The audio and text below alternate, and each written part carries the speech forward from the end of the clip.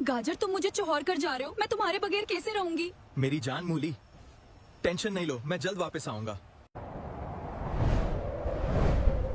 खीरू, तुम कहाँ हो?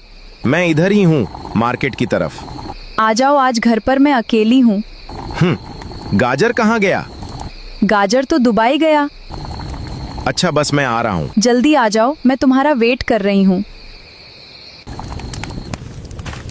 मूली इस वक्त पता नहीं क्या कर रही होगी। मुझे उसकी टेंशन हो रही है। काम खत्म हो जाए फिर उसको फोन करता हूँ।